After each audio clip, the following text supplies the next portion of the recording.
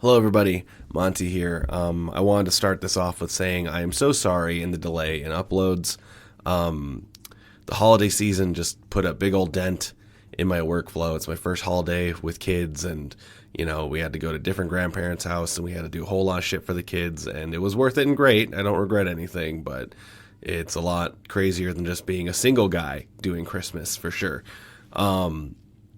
Also, I finally got my voice back. It's not 100% as you can hear, but it's finally enough for me to be able to record. So as long as you don't care that I sound super nasally, I will post and I will keep producing podcast content. Just don't get sick, man. I got hit with like whatever respiratory viral infection is going around. It's not COVID. It's not the flu. It's just something that's laid me out for like 6 days now, I think. And on day 6 or 7, I finally am able to speak closer to how I usually am. So again, thank you so much for your patience. And don't forget, if you enjoy this content, go to the Patreon. It helps me out a lot. I use the Patreon money to just do more stuff for the podcast. But otherwise, feel free and have fun listening to me narrate my book while I'm super nasally. Thanks.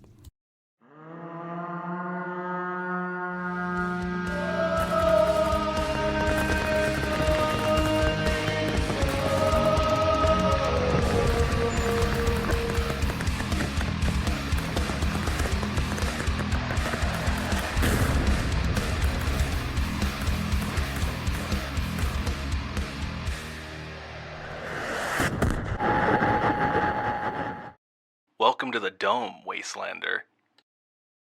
Chapter 3, Lilith, Idaho Panhandle National Forest, Winter 2034.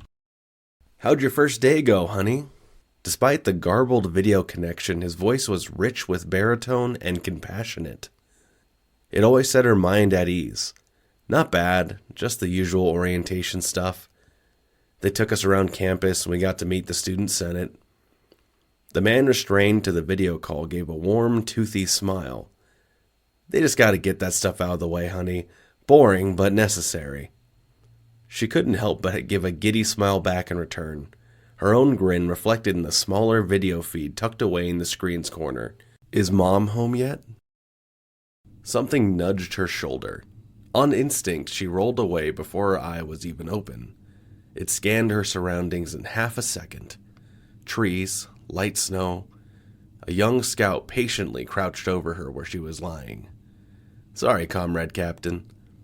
She propped herself up on the frosted soil and moss, minding the tension in her muscles. It's all right. Don't worry about it. The scout stretched out a gloved hand. Lilith took it gratefully, groaning as she rose. The scout was from her own squad, Lopez etched onto his helmet.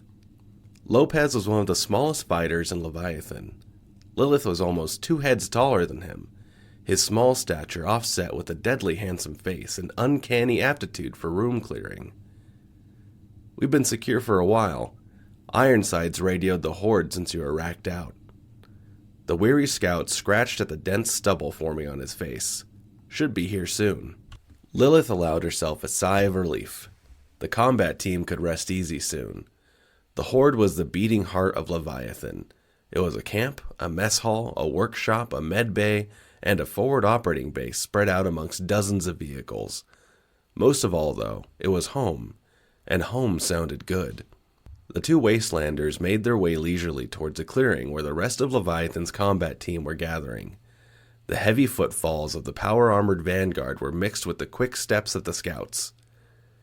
In the middle of the group, Vanguard Captain Ironside stood tall, a near-finished joint pinched between his lips. All right, folks, horde's on its way. His voice was slightly hoarse, but still carrying well. Whoops and cheers came from the squads gathered. The faces in the crowd were haggard. After a day of combat and Idaho's unrelenting winter chill, relief couldn't come sooner. The armored captain took the final drag from the spliff in between his lips. His words preceded by a wet cough. The support guys found a good site about 2 miles from our cords. One more hike and we can take it easy. What few groans that came from the gathered fighters were overshadowed by the high spirits the fighting men and women had as they readied themselves for the short trek. Lopez gave Lilith a nod, jogging off to get the squad ready for movement. As his steps faded, Ironside strode to his peer. The fatigue in his face was obvious. "How was the nap, comrade?" He paused for a moment, regarding her with sincere softness. "You look like shit, respectfully." Lilith rolled her eyes, but couldn't keep herself from smirking. "Yeah, Sides, I'm okay too, asshat." The banter was always a good sign. The big man's way of saying, "I'm okay, don't worry about me," in not so many words. Together they took a knee and drafted a quick battle plan on an old iPad, using a digital map as a blackboard for their stylus markings. What's the Vanguard's strength at? Ironsides cast his eyes over one shoulder and then the other. Some minor injuries. Everyone can walk, but some of the suits are in bad shape from the machine gun fire. Lilith was drawing out a diamond formation for the movement. Are the compromised suits able to move at all? Ironsides nodded. Only at half speed. We'd have to slow the whole formation down to keep them in the safe zone. Lilith marked the positions each squad would man in the formation, keeping the more nimble scouts on the perimeter, the still functioning battlesuits behind them, and finally, the wounded and malfunctioning battlesuits well guarded in the center. Then that's what we'll do. The movement through the mountainous, forested terrain was slow going on the best of days, and only slower with the hamstrung Vanguard troopers setting the pace. Lilith was in the forwardmost recon element, taking a casual but stealthy stride alongside the other scouts in her squad. The next squad was 50 meters behind them, leading the battle-damaged warsuits of the Vanguard, who also had scout squads guarding their rear and flanks. "This is ass," came a whiny whisper from Lilith's left. Lilith bore her single eye straight through the young initiate who had spoken. "Initiate Duff, where the fuck is your noise discipline?" She lowered her eyes and let out a sigh. Duff was a transfer from the support unit, a volunteer even. Lilith measured her paces so that her and the girl were within whisper range. "What do you think scouts do, Duff?" The girl was clearly out of her element here. She avoided eye contact. I don't know, Comrade Captain." This irritated Lilith, but she stemmed her anger. "Look, buddy, think of this as on-the-job training, okay?" Lilith did her best to sound reassuring. "Honestly, what do you think we do out here? No wrong answers for now." This lightened Duff's spirits. "I don't know, sneak around, slit throats, fuck up the fundies and shit." A toothy smile grew in place of Lilith's usual grimace. At least she's mostly right. "Yeah, we're scouts. We do some no-nonsense gangster shit out here, but we're also the support for the Vanguard unit." Confusion struck Duff's face. "Those Space Marine motherfuckers back there need support?" Lilith's radio chirped. "Scout actual, Vanguard actual. We're gonna need 5 if we can spare. One of the suit's hydro lines popped. Over." Lilith sat down and gave her knees and back a rest. "Vanguard actual, Scout actual. You got 5. All scouts hold position. Over."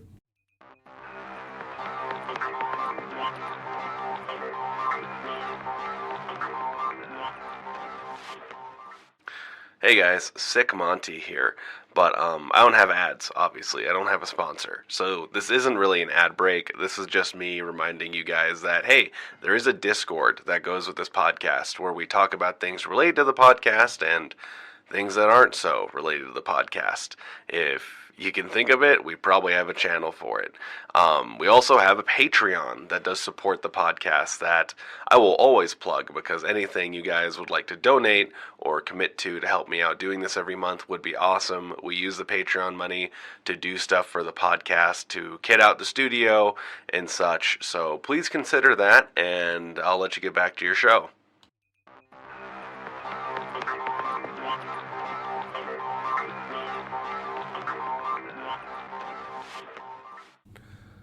Lilith set herself down on a comfortable-looking mossy stone, leaning her rifle against her thigh and loosening her pack. Duff did the same, leaning her back against the stone while Lilith spoke. The Vanguard might be the heavy guns, but heavy guns need a lot of babying. Duff fished a power bar out of her ruck bag. speaking in between voracious bites of expired chunks of chocolate peanut butter flavored calories. How do you mean? The support unit usually maintains the war suits. Lilith could sense she was making some headway with the girl. That's correct. Support shops at the Horde fix up the war suits when they come back in from battle, but the scouts keep them alive in combat. This gave Duff some pause as her teeth wrestled through the remainder of her power bar. I just didn't think Space Marine types would need that much help in combat, you know? Lilith checked her watch. 3 minutes until they were on the move again. Duff, have you ever been inside a war suit? Duff shook her head. It's not Space Marine shit, nowhere near that techie. It's just a heavy lifter frame with some modifications that we slap some skulls, spikes, and armor on. You can't see shit out of it, especially if you've got a face shield mounted. It'll stop most rounds, but if it gets hit in the right spots or with a big enough gun, you're fucked. Lilith took a deep breath before continuing. The suits malfunction in combat a lot. The battery power pack is juiced beyond its safe range, and God's help you if that thing is popping off while you're stuck inside it, let alone while you're getting shot at. Duff was silent. The cogs were starting to work together in her mind. And the people that fight in those death traps aren't Space Marines either. They're our friends, Duff. Lilith gently tousled the young initiate's hair, putting her at some ease.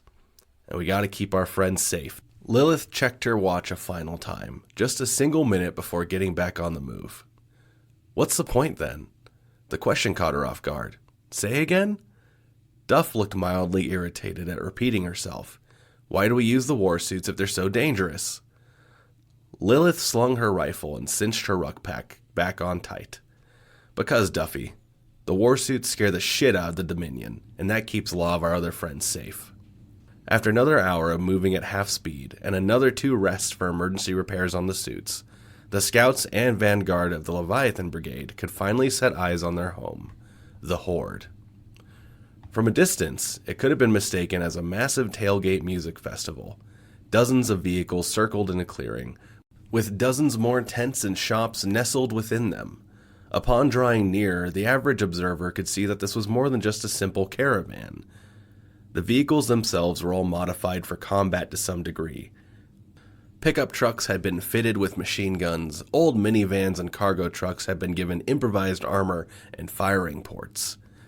What few military-issue vehicles that the Horde possessed had been defaced and changed to not be confused with the nation they once served. Amongst the tents and shops were triage areas, armories, and kitchens, manned by the support unit. But the bulk of the people milling about were the Horde's throngs of camp followers, all eager to congratulate their combat team on their return to safety. After a long combat patrol and a frustrating trek back, every one of the fighters under Lilith and Ironsides was eager to finally take a rest. Friends and family from amongst the camp followers surged out to meet them, giving their beleaguered fighters a warm welcome. Spouses held tight to each other, children rode on shoulders or clung to their parents' legs. It all brought a genuine smile to Lilith's face. Leviathan didn't fight well because of anything as complicated as freedom, not for anything so political. Leviathan fought to keep her people safe. That's all it had to do. A pale-faced, shy-looking woman brought Lilith out of her deep thought, offering a deliciously aromatic soup to her. Without thought, the scout gulped it straight out of the bowl, cherishing every drop. She extended the bowl back out to the woman. More, please. The pale woman took it, giddily, and jogged back to the kitchen line. Looks like they really missed us this time, huh? Ironside sauntered behind her. 2 young girls sitting on his power-armored shoulders. His daughters. Yeah, it would appear so. She paused to heft one of the little girls onto her own shoulders. It's not like we were on a suicide mission or something, right? The little girl was toying with the elk horns fixed to her headgear. Auntie Lily, we all know one day we're fated to die, right? We're just glad it wasn't this day. As the child berated her with questions about what the forest was like or how many bad guys they got, a darkness began to spread over Lilith's mind. How many widows and orphans did I make today?